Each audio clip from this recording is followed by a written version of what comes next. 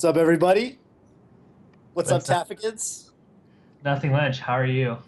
I am I am pretty good. I'm just getting off a day at work. I'm about to tweet the stream link. Going live with help me write this tweet. Going live with at Taffigans on MIOM for talking #talking melee. Yeah. Join us! Exclamation marks. All right. Yo, everybody in the chat, if you could retweet that, I love you long time. Um uh All right. I'm putting it on Facebook.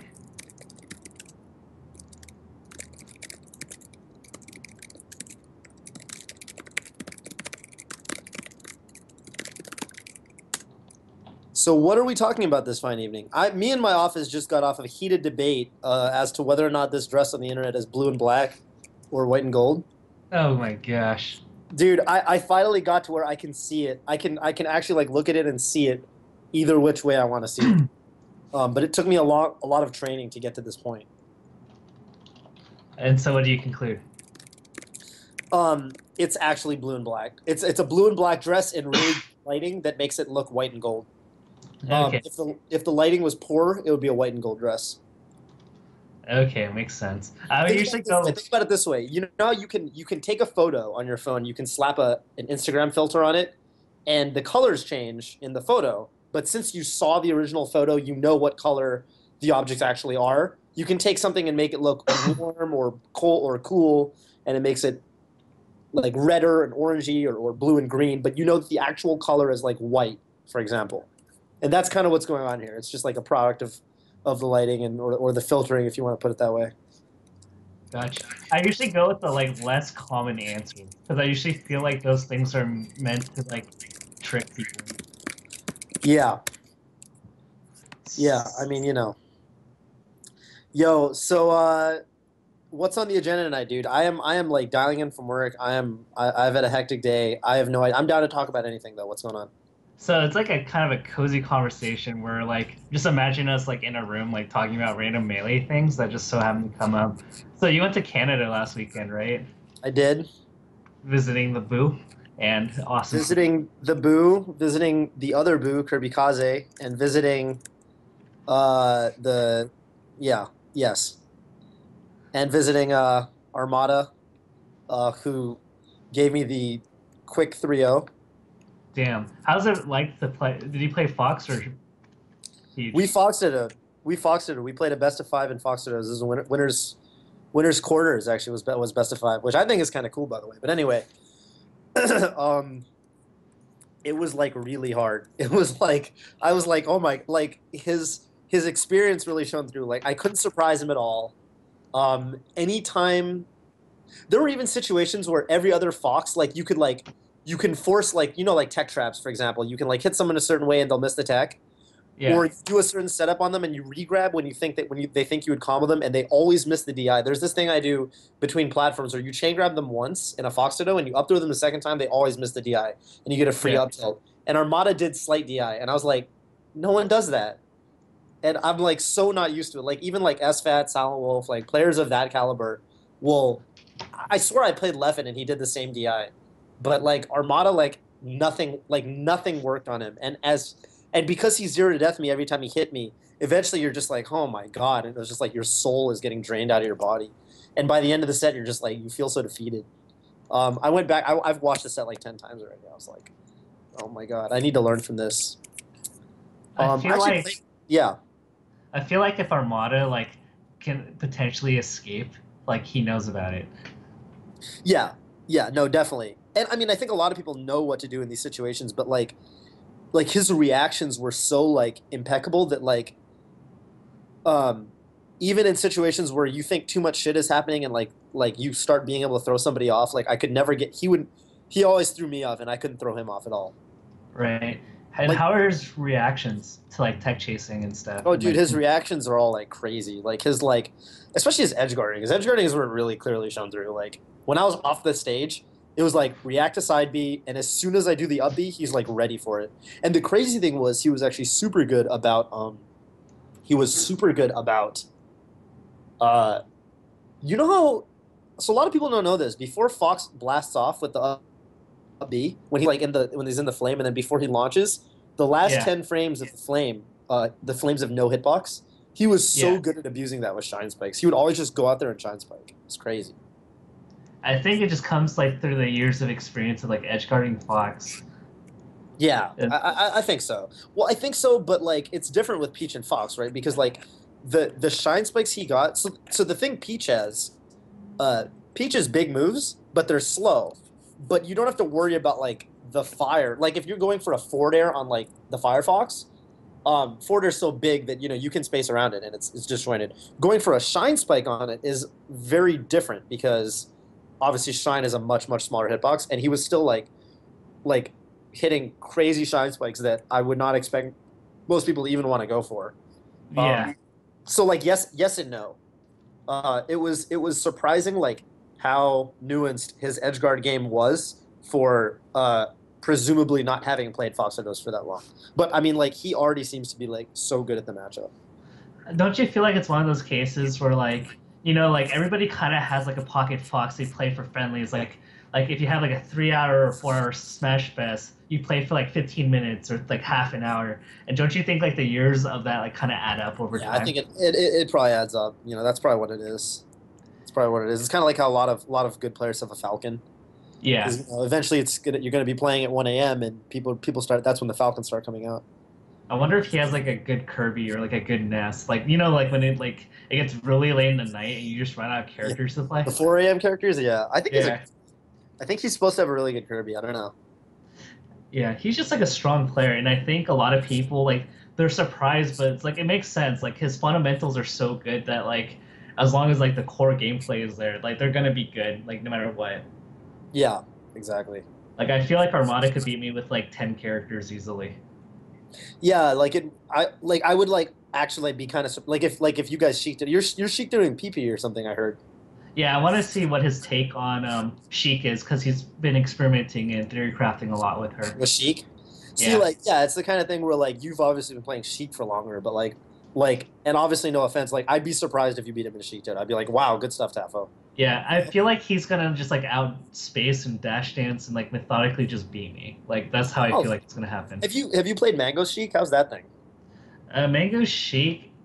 Well, like, okay, so the thing about Ditto, like, the other thing about Dittos is, like, there's only so much gimmicking and, like, high risk stuff you can do that, like, just playing really elementary and safe just beats it, if that makes Okay. sense.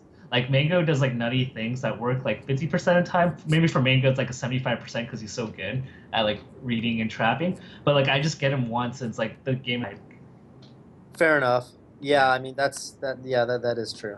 Like I think that's like Mango's weakness. It's like because in like Ditto's like you're kind of pigeonholed into like this certain style, and if you don't play that style, you're just gonna lose. Like if like both players are like reasonably decent, like or within Yeah. like skill level.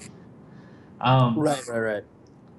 so good. And Mango does play the kind of way that sometimes he's not playing like match. Like I could see how his Sheik might be like too. I don't know. I don't want to say too aggressive, but something like that.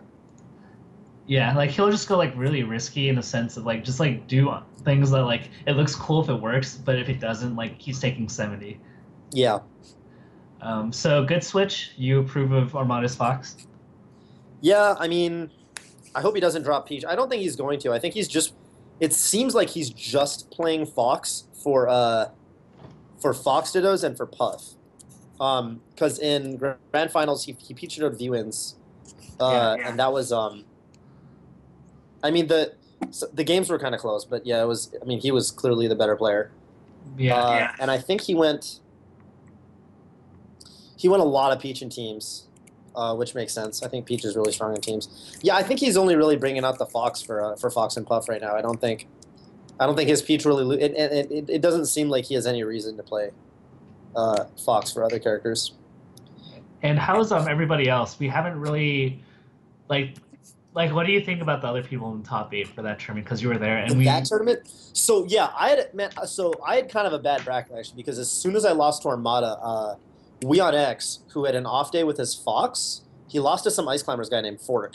So he was in losers, and I had him immediately. He actually went Marth against me, and I know he's gone Marth before when he doesn't Yeah. feel like playing the Ditto, and so we had a pretty close set. He beat me, but I played friendlies with a lot of the guys there. I played Nun. He was Yeah. really fun to play. And last time I was there too, I played him a lot. Nun is interestingly enough I've been talking about I've been kind of theory crafting it. Nun actually does a lot of the things that Lord does. I was just thinking that when I was watching him, but okay, Right. go on. But their neutral games are very different. And I realized no, so Nun is a Falcon. This is the only difference between Nun and Lord. Nun, when he does aerials, he goes that way. So he goes forward. And Yeah. when Lord does aerials, he goes that way. That's the only difference. But besides that, they're like the same person. I mean, in a lot of the things they do in the neutral game obviously are different, but like a lot of them, or I should say the macro game, but their micro games are very similar. They both rely on crouch canceling a lot to like kind of like make opportunities where it wasn't obvious that they had an opportunity. Like they'll like crouch cancel something, dash in, jump cancel, grab. They have really good reactions. They're really good with like Randall and things like that.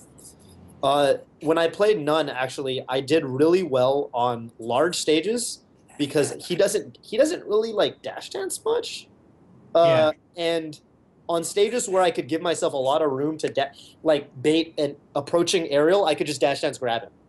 Right. Which you never dash dance grab Lord because he's always doing retreating aerials. It's much harder to grab those. On small stages, Nun beat me like every game. I played so like FD Dreamland, I won almost every game. Yoshi's like Battlefield, I think he won almost every game.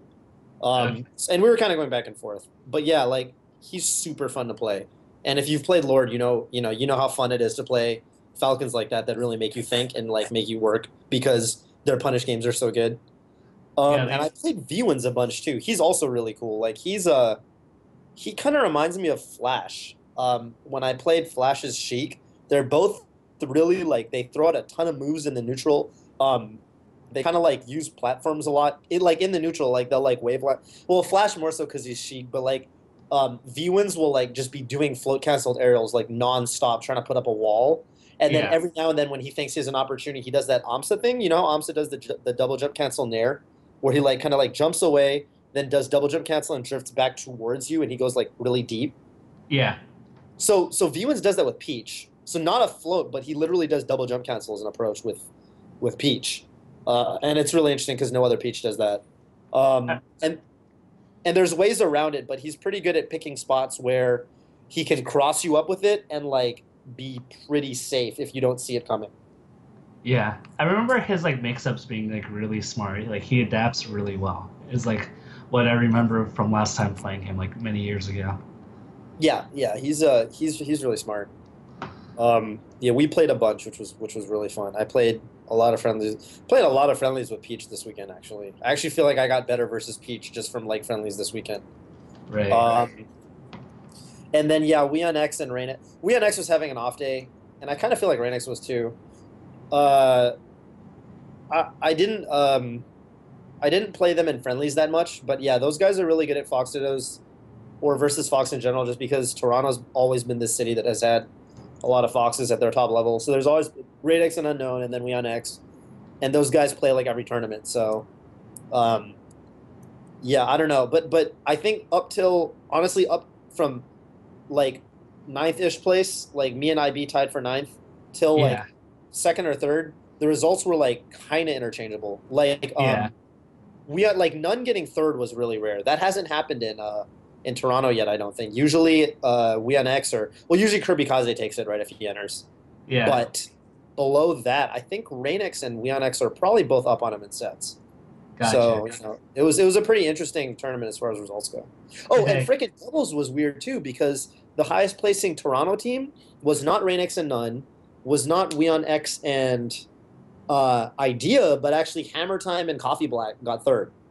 Icy's Puff, and they're both like lower on the PR kind of thing. They don't travel as much, Yeah. and but yeah, they kind of like swagged out and placed really high. So it was just like a really interesting tournament all around.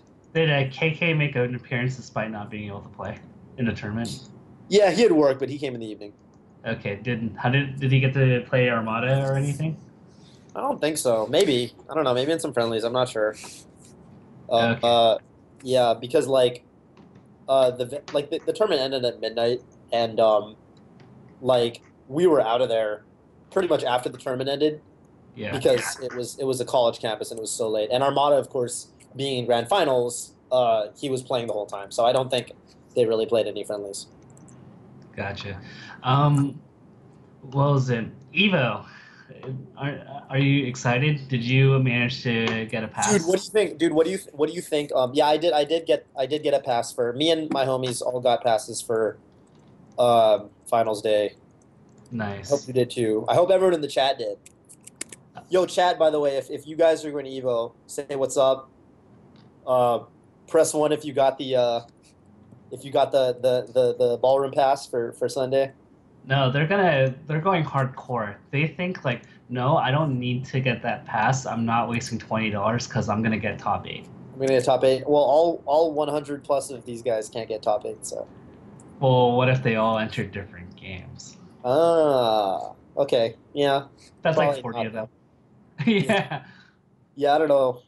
Not all of them are on. Not all the top eights are on Sunday. Remember, that's true. At least smaller five games games are sometimes. though, right?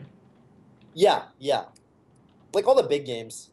Yo, how high do you think the registration numbers are gonna go? I was just gonna ask you. So I was like playing around with the numbers and I was thinking about this before I elaborate on my decision. Over under on 1850. Why 1850? I mean, I'll sure.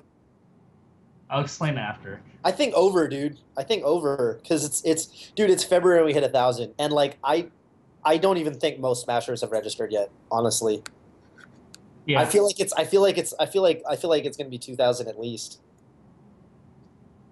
We got Wow. like there's a lot of time till Evo, dude. It's like it's February. Yeah. Isn't that insane? Like I'm more worried that they're just gonna run out of passes in general, Uh, and that like that's gonna be the upper limit. It's not necessarily like a game limit that they have, but it's more so like once they sell out of like the tickets to, like just be in the venue, like I think that's when it's done, if I remember correctly.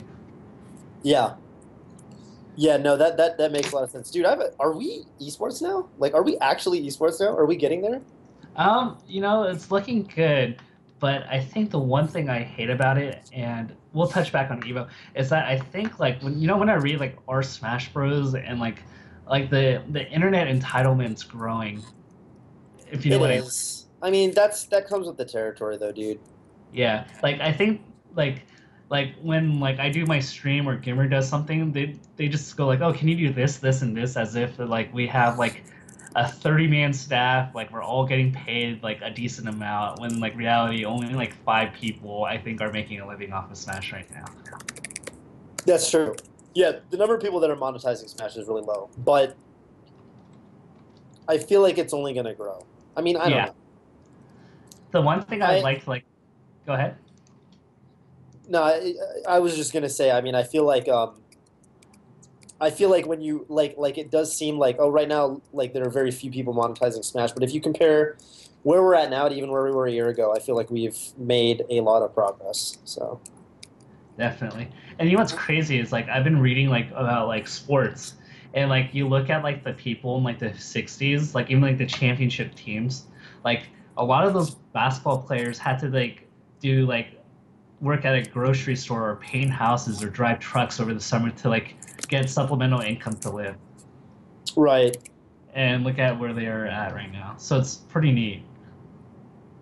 Um, so my rationale for like around 1850 is, well, like you might be right, and I think that was too low of a number to go over under. I think the extra like 900-ish people are going to come from like a lot of Smash 4 players, because like you're gonna have you're gonna spend like $500 just to get there, unless you live really local, between airfare, the venue, the hotel, and it's just uh, another extra $10. dude, I'm kind of thinking of entering Smash Four. The only thing is like I'll probably have like commentary blocks, and then that makes it really difficult because like those will probably like overlap and stuff. But like, yeah, dude, I finally my GameCube controller adapter finally came in the mail from PlayAsia, so I can Uh, actually play Smash 4 now. that's amazing. Yeah, it's How amazing because I didn't think it was possible. I was like, well, I guess I'm never playing Smash 4 because I have no idea how to get a controller adapter. Like no one has them. So Yeah. I had to like import one from Asia somehow.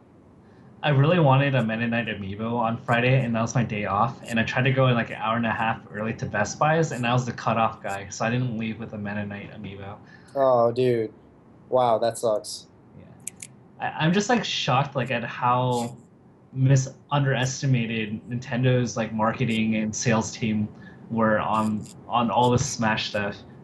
Like on the Amiibos, the controller adapters. It seems like they really dropped the ball, but I guess 1850 is too low of a number, and I would also say over, given that it's like you said, only February. Yeah. And Smash 4 is probably I don't think they've reached 1K yet, but I feel like Smash 4 is probably also gonna hit 1K at least. Do you want to like put this in perspective? Like 2,000 entrants is like 8 Genesis 2s, like put Yeah, together. no, I know. Well, dude, freaking like you know what the largest NorCal tournament of all time is? That Arcadian tournament. Fuck yeah, the freaking NorCal Arcadian was like 250 something. The winner of the biggest NorCal tournament of all time is not Mango Armada or Mango or Armada. It's freaking Bardol, which is like, oh my god. I was cringing so hard because I was like, come on, at least one of you guys need to be Did you Bartle. watch? Dude, it was so bad. Like, oh my god, people were playing. The level of play was like even of the like because I've played Hydro Kirby and I've played Kenny, and when those guys are playing good, they're really and like Nat. Everyone thought Nat was gonna win it, Yeah. and I don't remember exactly how it went, but like man, like the stuff that it makes sense that a Puff Ditto would end the Arcadian because like It's the least like risky. yeah, yeah, exactly. And like the it looking back, it made a lot of sense that Spaceys didn't make it into like top six at the Arcadian because like at that level of play, like it's so easy for Puff to beat Fox and Falco. So it was just like, oh god, guys. But yeah, shout outs to Bartle. That guy's actually getting pretty good. And like Um, he's like played in high profile matches in like Brawl, and he's a veteran, so like yeah, it's not gonna affect him as much as like these new players. yeah, exactly. I remember when we were down in SoCal when we went to what's the name of that burger place we went to? You were Uh, there. Father's office.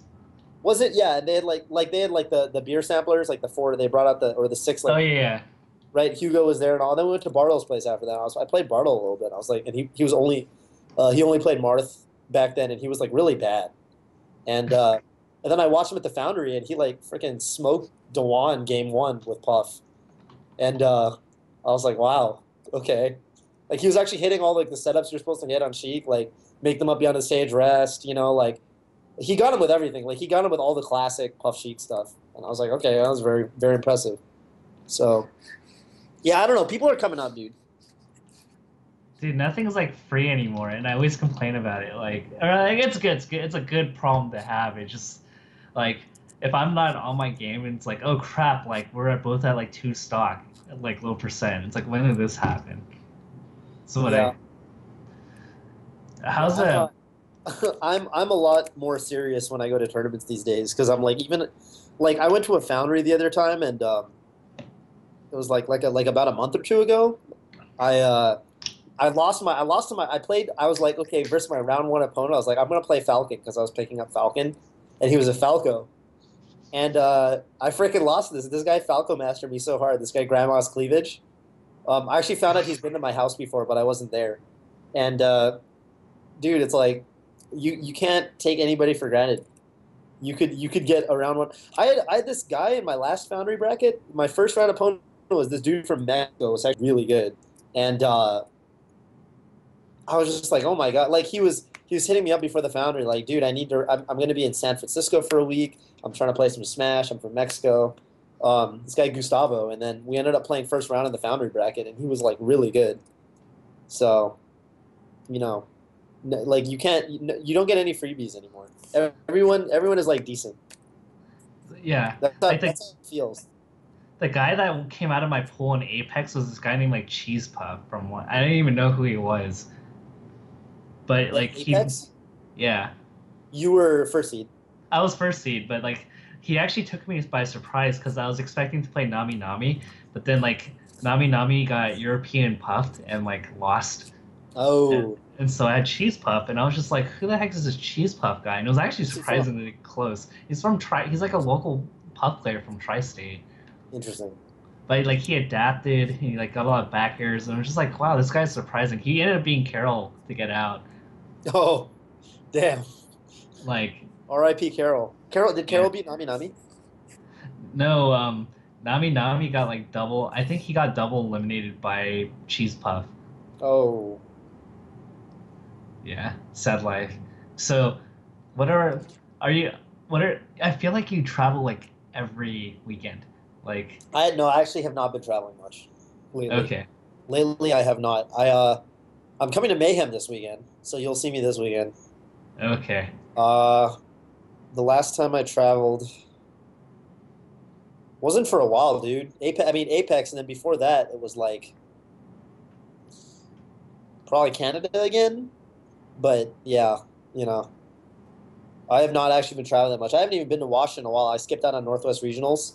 I'm gonna yeah, go up to Northwest Majors in April. Shout out to okay, the Northwest. Um, but yeah, I'm kind of like I don't know. I'm kind of taking practice more seriously, like by myself, and as a yeah, consequence, I'm finding that I'm getting more mileage out of just practicing by myself, and I feel like the next time I start traveling as much as I used to will be when I'm ready to like actually aim to win these tournaments.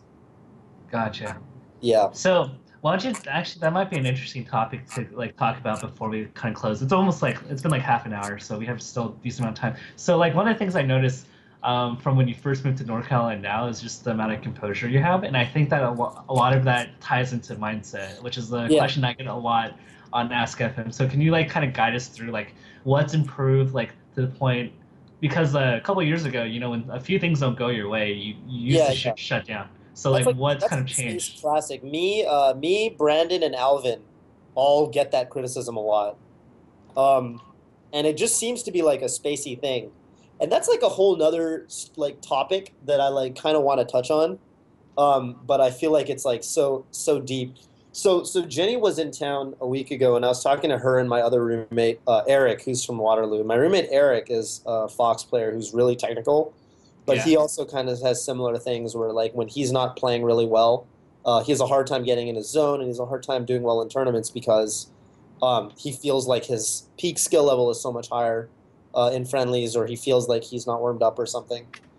Um, and it's funny how I almost think that uh, so I almost so one thing that I think is really interesting is I and this is again this is a separate topic, but I feel like the character like there are things that are associated with like characters that are like more correlation than causation.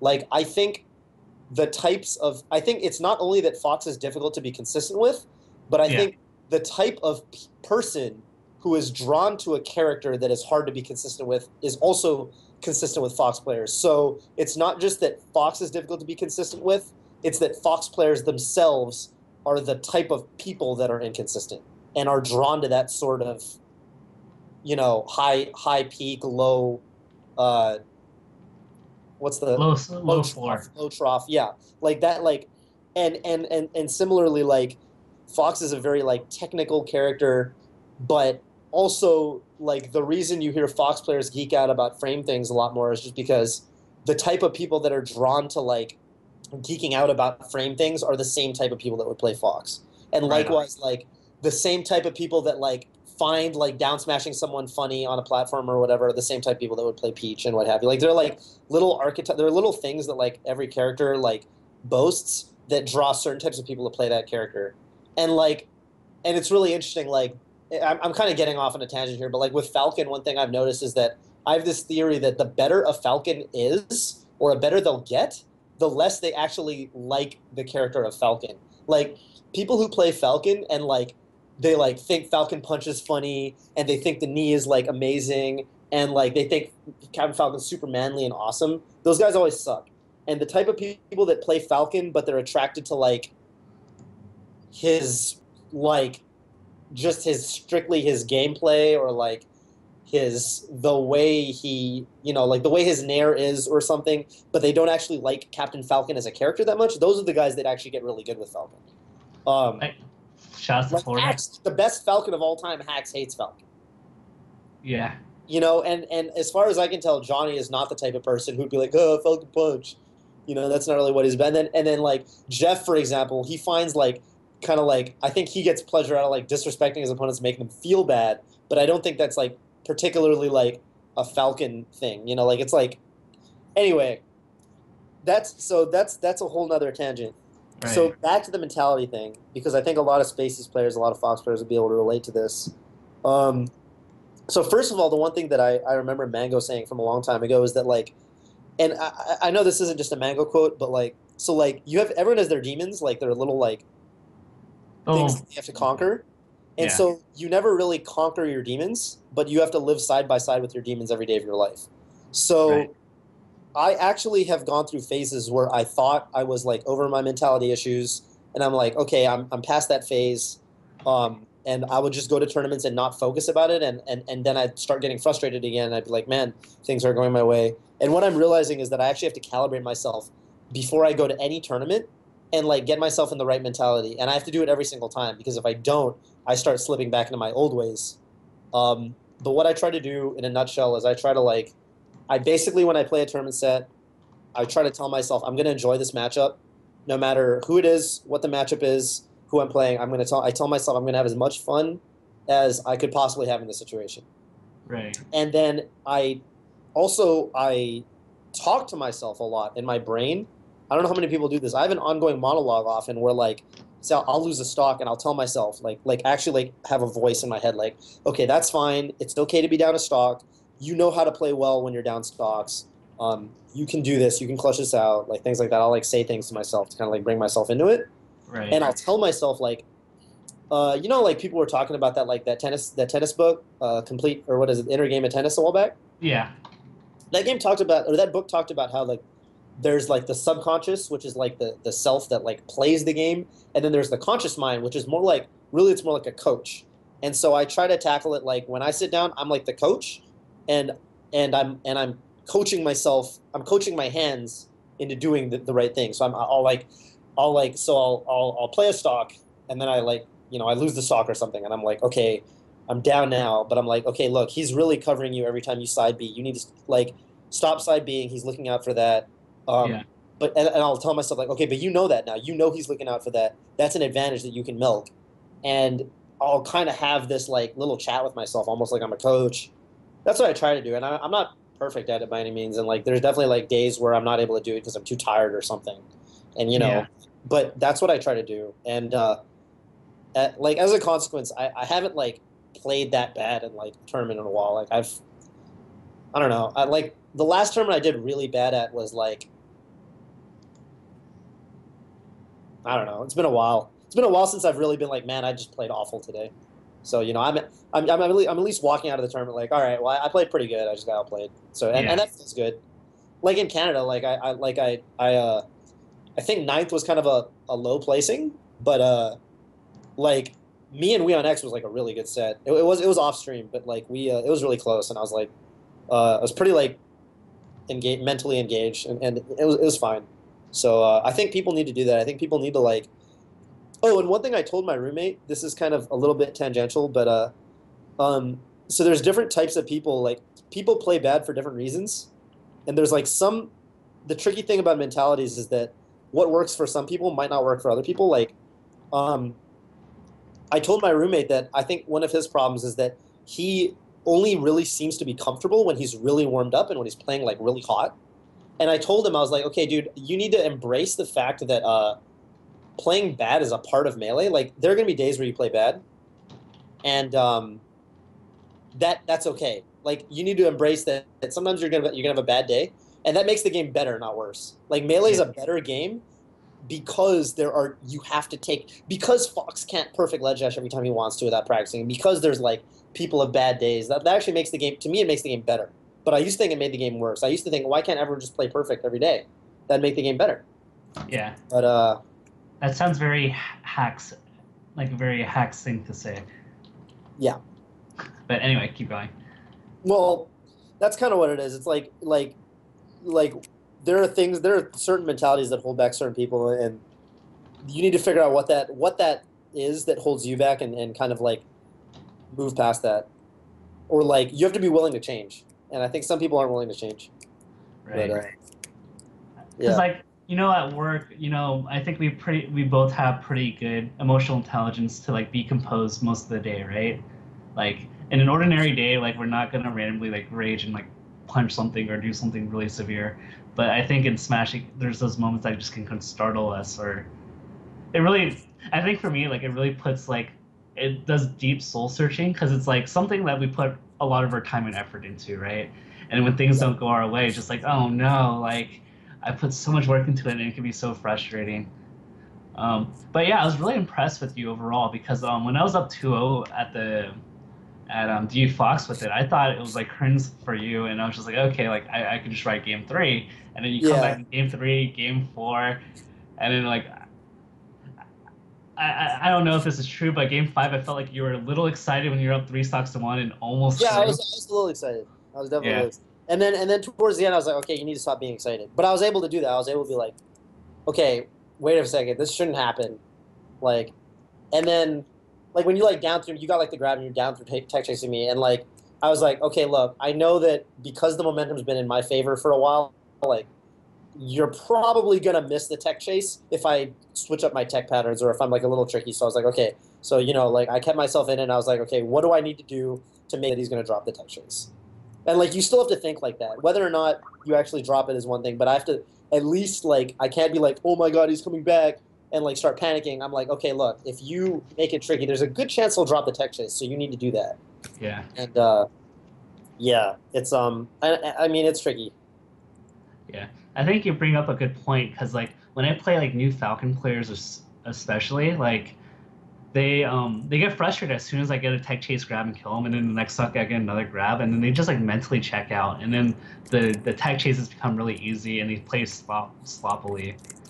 And I think you bring up a good point because it's like when you're getting punished like that, you can always say, beat yourself up and be like, man, like this sucks, I'm gonna lose, or you can make it as hard as possible for your opponent to convert, and like at least try to think things through.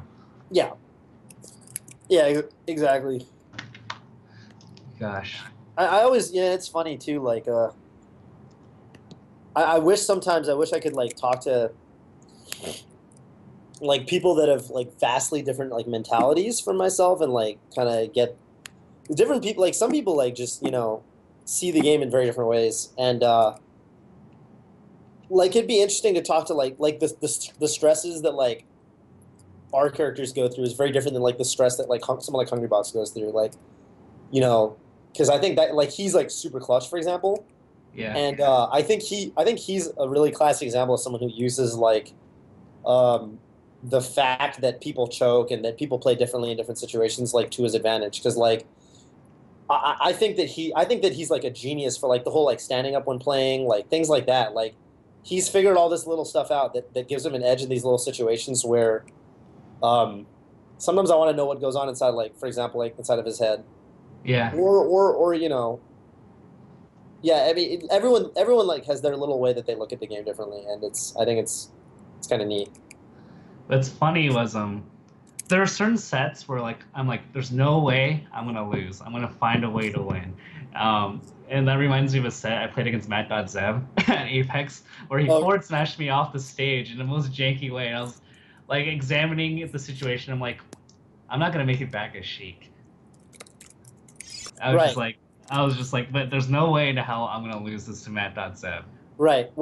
How close was this? It was game three last stock. I got forward smashed across the stage and I held down. So like I think I was like at 100 something when I got hit, but then like he was like at like 100-ish too. And I was just Wow. like, I'm not losing this to Matt.Zeb. It's like my determined state. So did you turn into Zelda? I turned into Zelda. I managed a sweet spot, ambiguous sweet spot, like diagonal. And then I grabbed stage, and then I thought Matt.Zeb was going to do something really janky, like a charge forward smash towards the stage. So I opted to roll in, and then Nice. and then I rolled in, got the read, And I was like, okay, like I know what he's looking for. Like I'm not gonna fall for any of his stupid tricks. If he gets a grab, like I'm willing to give it to him. Anything else, I'm not willing to give to him. So he starts like throwing at hitboxes, and like I hit him once with like a nair, and then like I run back, turn to shake, and then like I get back on stage again, and then I hit him, and then I win. Right. And Yeah, then I could totally see that. yeah, but like there's those certain sets. I wonder if this like happens with top players where they're losing. Maybe Mango goes through this where he's losing to Hungry Box, and he's just like, I'm not gonna lose to Hungry Box. I'm gonna find a way to win. Yeah. I Um, who did you play before him anyway in that bracket? I played Eisengo Bay. Oh, word. Did he go Yeah, Fox? See Fox?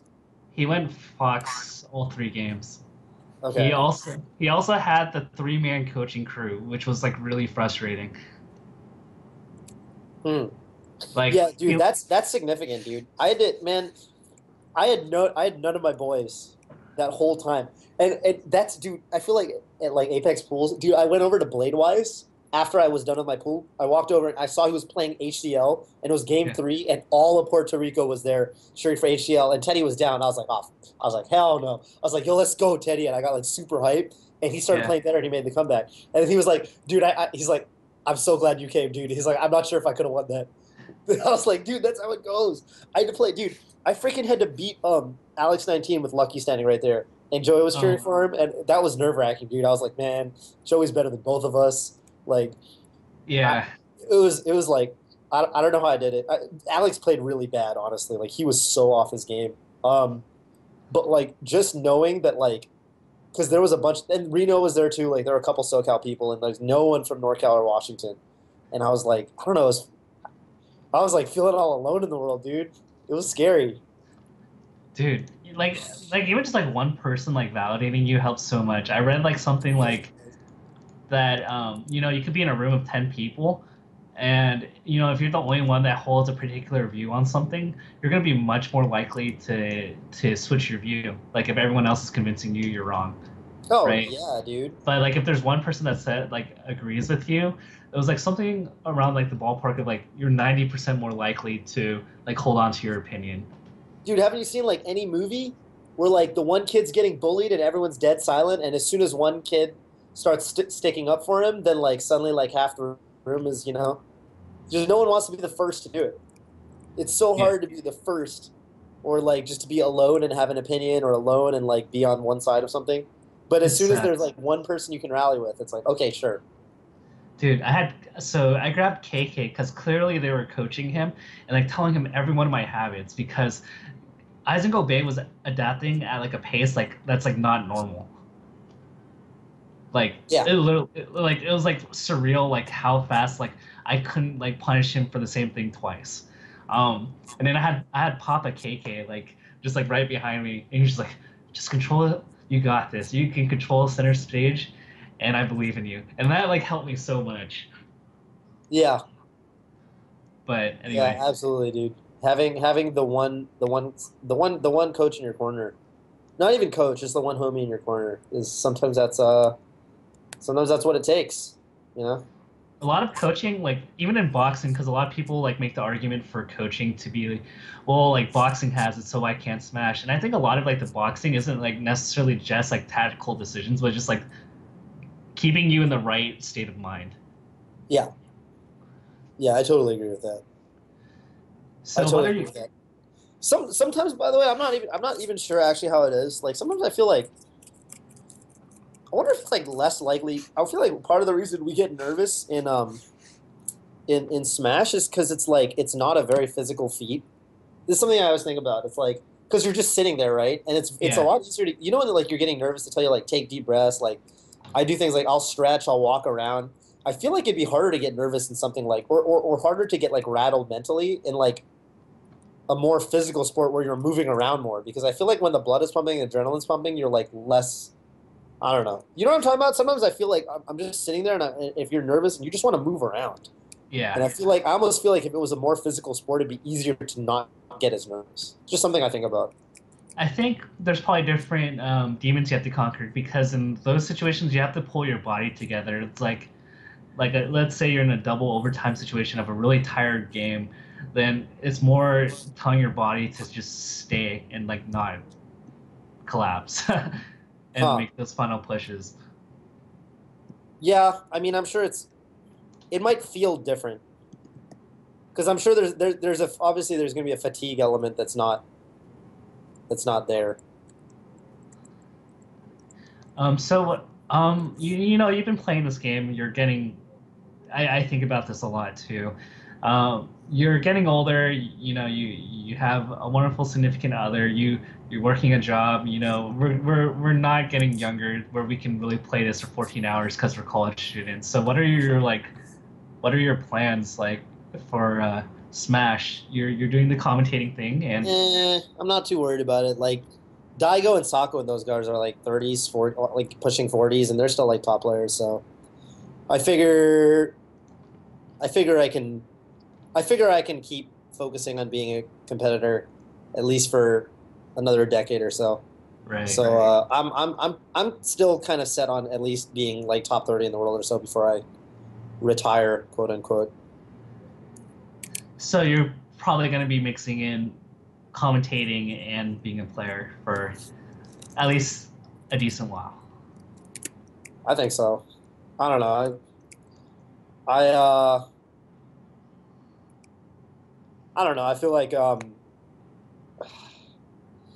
I definitely like it's harder and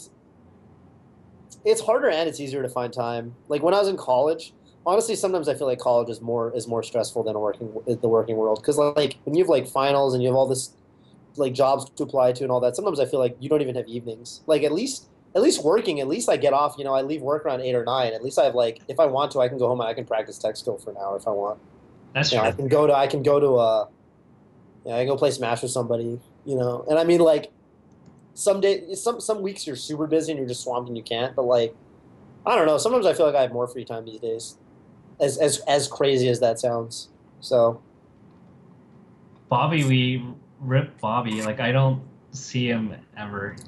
Bobby is so the thing about Bobby is he actually doesn't like competing. I don't think I don't even know if I'm supposed to be saying this. I feel like Bobby actually if he wanted to play he could, but I think he just doesn't necessarily want to because he plays Street Fighter like every day for like at least an hour.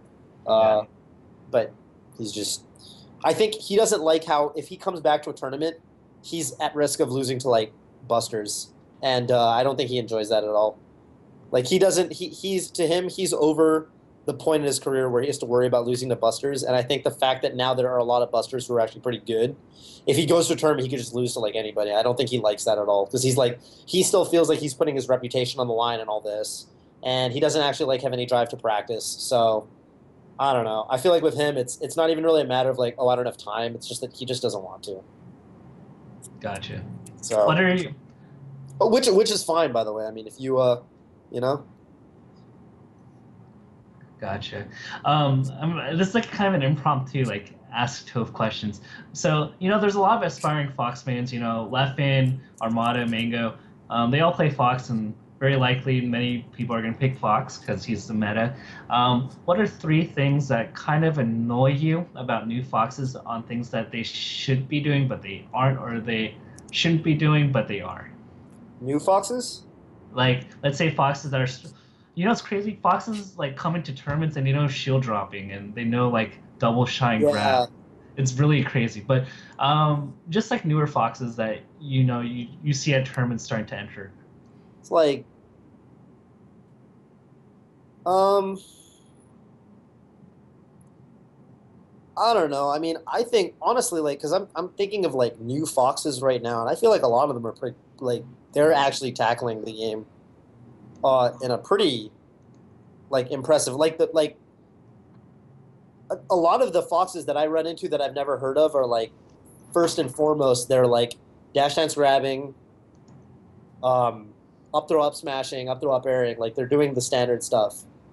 Uh, I mean, I think if you're coming into the game at this point and you're trying to play Fox, like you definitely need to start with your fundamentals.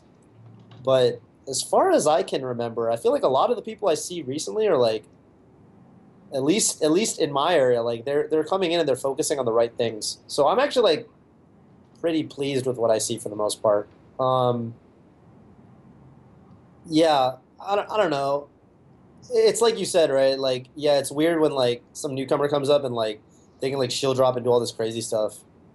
But yeah, I don't know. A lot of the people I play, like from like the people that compete in like the melee games and stuff, those kind of like Arcadian level players, like a lot of them are like pretty good. It's just that like they choke, like it's just they don't have the experience to like tackle all the crazy micro situations the game can throw at you, and their punish games aren't as refined.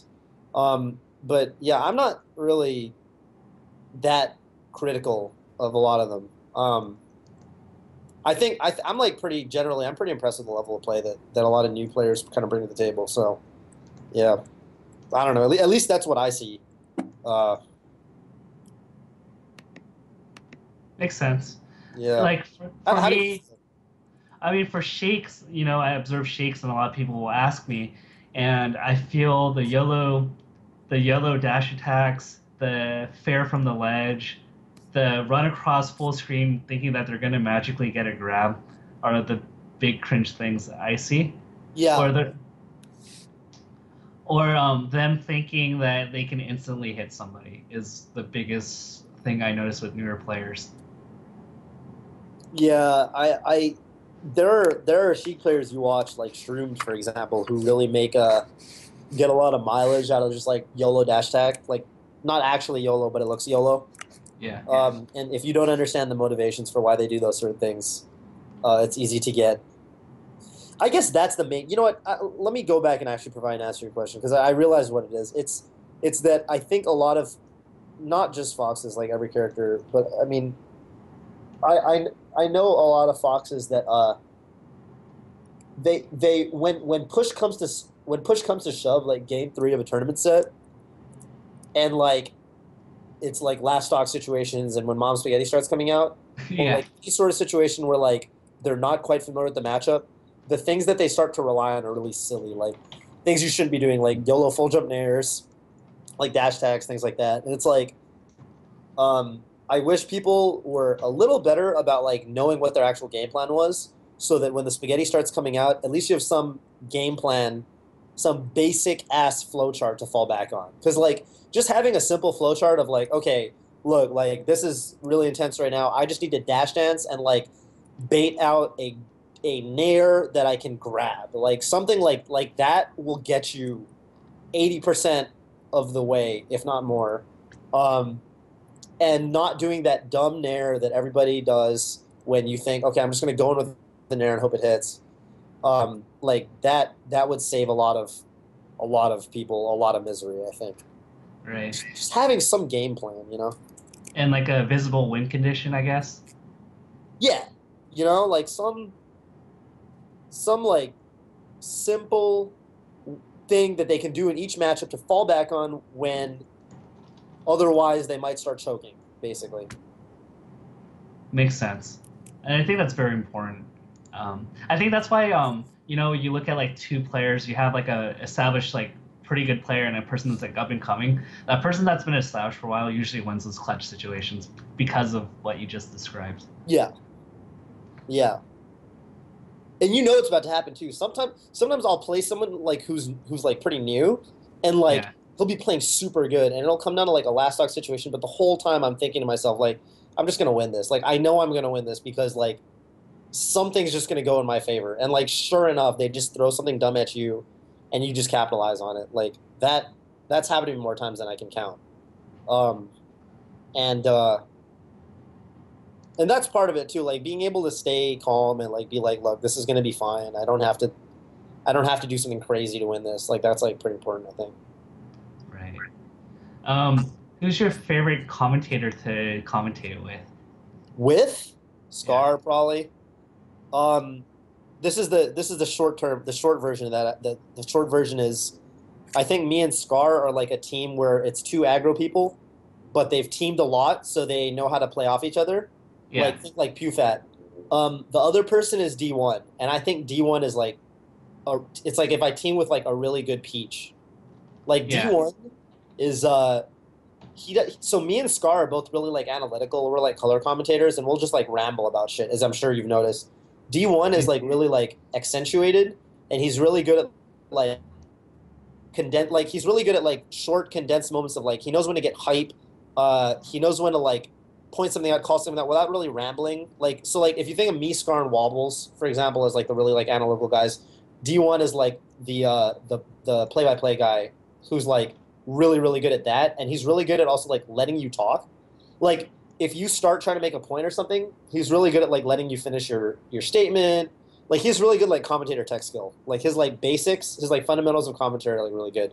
So I can commentate with D1, and just because he's really good at like being a commentator, like all like the standard stuff that like every commentator should know, like Yeah. don't interrupt your co-caster, will be super good because like he basically just like supports, and I can ramble about whatever I want to ramble about as long as I wrap it up decently quickly. I think that's like one of the like D1 was like blasted hard, and I think a lot of it was just really unwarranted. Dude, Granted, people really like if there's one thing I've kind of realized recently, people really like analysis. And I think the thing is when D1 commentates with me or Scar, he actually ends up talking less. When he commentates with Prague, because neither one of them is really like a color commentator, they he talks more. When he's with me or Scar, he talks a little less, but I don't think that makes his job any less important, and I feel really bad that people don't see that. Like, he's the guy that like hypes it up when like shit's going down. He's the guy that like basically gets the emotion flowing the right direction. And sometimes if I don't, so, and the reason I mentioned Scar and D1 specifically is that both of them are like that. Both of them are able to like get hype at the right moment, like kind of be quiet if like things are getting intense, etc. And just because D1 doesn't ramble like the way me or Wobbles will, for example, I I don't think that's fair for people to criticize him at all. I agree. And he, by virtue of Prague and D1, I think our tournaments would be some decent amount percentage smaller if it wasn't for them. I've talked to a lot of people that grew up Yeah. on D1 in Prague. Oh, And unpopular opinion. I don't think Prague and D1 are actually a good duo. I think they're both really good, but I don't like them together. I yeah, think, yeah, I think like D1 Prague kind of fulfill this. I think D1 and Prague being on the same team is kind of like the M2K Hungrybox of teams. Like it works because they're both amazing, but they're both to me they're both support, yeah, and I feel better having a carry on there if that makes sense, like a Mango or a that's the way I look at it. Like I yeah, feel like they both support. Like um yeah, you know what I mean. yeah. That's like really underrated because like you can put D1 with a scrub commentator and they'll do fine. Like they'll do a 7 out of 10 job, and I'm not sure you could say that with any necessarily say that with any with all the top tier commentators. Yeah. Yeah, exactly. Right. Like D1 and Prague, they know how to like kind of adjust based on who they're with. Like every commentator that's like worth their salt kind of knows how to adjust to their co-caster, and they're both good at it. So they can make it work. But like the to me like the ideal pairing for Prague is like Scar or Wobbles. I Yeah, don't know. I'm kind of yeah. I can see that because they don't really talk too much, but they can like support and add flavor to what's already been cooking. That's Uh, kind of how I feel, yeah. Yeah. But like, then but I think it's kind of lame that a lot of people like on Reddit are like, "Oh yeah, they're bad." Well, it's like no, it's not that they're bad. It's that like sometimes they get casted wrong. Like I think like each commentator has like a role that they should fulfill. It's just like teams. Like some teams work, some team compositions work and some don't, and sometimes people kind of have to adapt based on who they're teaming with. yeah, I and I also think the type of match helps a lot. Like you put me in a Fox Ditto, and that's an absolutely hopeless like match for me to commentate. Yeah, Like because my strengths are like analysis, but like it's so fast and it goes beyond my pace that like a guy like Lovich or you just does everything that I do, but a lot better. right. And So it's fun because I think versatility really matters. Like they can commentate a slow match, they can commentate a hype match, they can commentate um, a Fox Ditto. You guys can do it all, and I think that's what makes you guys good. Like I only shine in certain aspects, and I feel a lot of commentators, and this is what I've noticed, is they need a certain type of match to really make their commentary shine. And Yeah, I that makes really sense. love your versatility. I really like when you I really like it when you and Scar do like Fox Falcon. I think those are my favorite sets Oh to yeah, watch. Yes. when Blur does Marth, I love when Blur does Marth because Yeah. he just starts Blur just starts getting super like frame by frame technical when there's a Marth on screen. It's like Ooh. to me, it's like the funniest thing. All He's like, right. oh, Let me try. you should on the upward side be there, the third hit upward, because it'll combo into up tilt at 39%. I'm like, word, sure, why Forward not? air, forward air, Gonna forward forward it? smash, Wow, I did not tipper. have done a forward smash. I would have done a pivot forward tilt. Like Blur, shut up, dude. I'm just kidding. I actually think Blur is like, I think Blur and Mango are like the secret, like super good commentary duo that no one knows about. Dude, they're so it's like the most random pairing that I would have never seen. Like 2 years ago, if you told me Mango and Crimson Blur make a good pair, I would absolutely laugh. Like I would They're not so, believe it. dude, they're actually so good. I know it's crazy. And I think because Crimson doesn't geek out as much because Mango's just gonna shut him down. So I think Exactly. there's a good balance of respect. Yeah, Blur needs someone there to like, no offense, but like someone to like shut him up just a little bit. Yeah. So he's just at that right level, like coasting. Like if it's him and like some random guy, Blur just goes like up here and he's just like going crazy and it's like, dude, you need to calm down a little bit. But like when he's like with like Mango or someone, he's perfect. Which reminds me, because I talked to Rivington, who's a prominent League of Legends caster, and he's just like, I just love this game, and I just like talking about it, and so I just go in with that mindset. And I think, like when you can tell the commentators love what's going on, it just makes it enjoyable for everybody, and I think that's what Crimson sells really well. Yeah. Yeah, exactly. Yeah, exactly. You can tell. He's just super excited. He's just happy to be here, kind of thing. Have you ever commentated with There's a couple of other ones that are from like Webs or EE or TK. No, but I want to. I think Webbs has one of the best voices overall. Like he has a natural good voice, and Literally voice. yeah, Like genetics. yes, Dude, just I think D1 and Hacks would be like the best like uh I think D1 Hacks, yeah, Webs too. Like just they could say nothing about the game. They could just talk about anything. It would automatically be high tier commentary because their voices are so good. It's like it's not even fair. They just have good genetics. Like um. Hacks' voice is like, oh my god. This Can guy's you like impersonate it? no. Absolutely not. I can well like it's like all right, who am I doing hacks? Who am I doing hacks? Hacks is like, Yeah. "Yo, I just did triple shine turnaround grab." I don't know. I can't do it, dude. It doesn't sound right. You can tell I'm trying to talk in a low voice. With him, it's like Okay. actually how his voice is. Name some. Okay, I'll paint a picture. It's Fox versus Falcon, and Hax is commentating, and the Fox is winning. Oh, so as you guys can see here, Fox has beaten Captain Falcon. It's kind of a there's nothing to see here. Rip in pieces. Fox just hit him with a double shine. That's what's supposed to happen. You can see Falcon. I don't know what he would say. He just This is says, why. This is why everything should be Battlefield only. "Yeah, see, this is that's an this is why we shouldn't be playing on Final Destination, uh, because Fox can just shine Falcon once and zero to death him. I don't know. Yeah. I can't do Okay. a good Hacks impersonation. It's hard. It's hard. Okay. Respect. All right. Let's wrap it up. Any closing thoughts? Closing thoughts. I don't know. See you at Mayhem. I guess I'm looking forward to that. Nice. Are you staying at Mike's? I'm staying at Mike's. Alrighty. Well, if you need a place, just let me know because their place is hella crowded. Is it? Yeah. How far are you from Mayhem, and how far is Mike from Mayhem?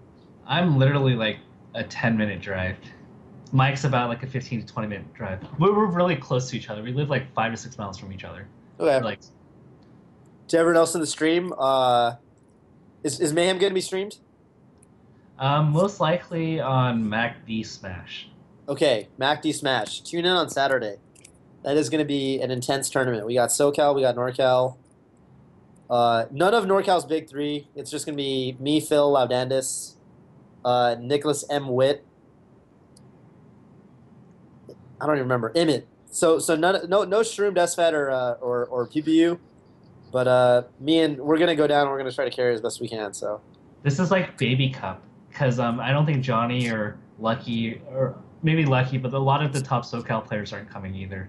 what about West Balls? Probably West Balls. He usually is there.